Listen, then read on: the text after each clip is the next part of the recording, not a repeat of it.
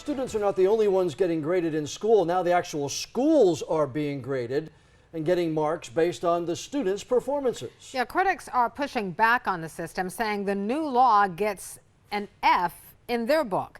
That includes Superintendent Dr. Tim Markley of New Hanover County. He gave WECT an open invitation to visit so-called low-performing schools to see for ourselves. Janae Frazier took the superintendent up on his word.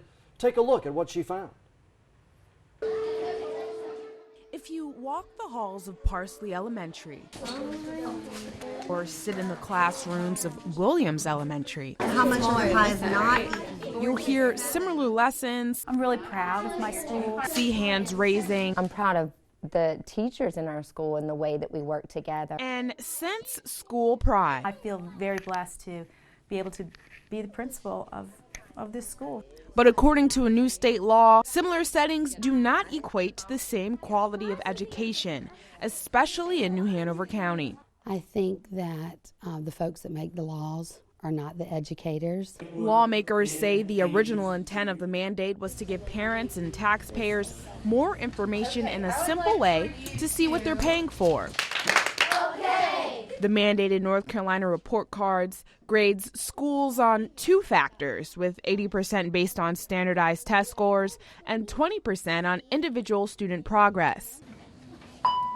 At the top of the scale with an A is Parsley Elementary in the Masonboro neighborhood. Earning a C, Williams Elementary near Monkey Junction. People build houses from dry Williams mud. principal Amy Oates says the average grade doesn't consider the major obstacle Williams faces every day, with 25% of students using English as their second language. At the beginning of the school year, we had 23 children that didn't speak any English. I mean, they didn't know bus, pencil. There you go. Right there. These students are still expected to take the same state test as native English speakers, which ESL teachers say inevitably pulls down their state ranking. There are no concessions made for students that are still gaining academic proficiency, gaining language proficiency. That takes 5 to 7 years for most kids to catch up. Parsley, an A school, just 5% of students are learning English as a second language, and teachers say they have other significant advantages. I mean, I have students that have passports and have traveled the world. They are playing instruments. They are learning different languages. Stephanie Blackburn says a student's financial status makes a world of a difference when it comes to how they perform in the classroom. A school Parsley has 17% of students qualifying for free and reduced lunches.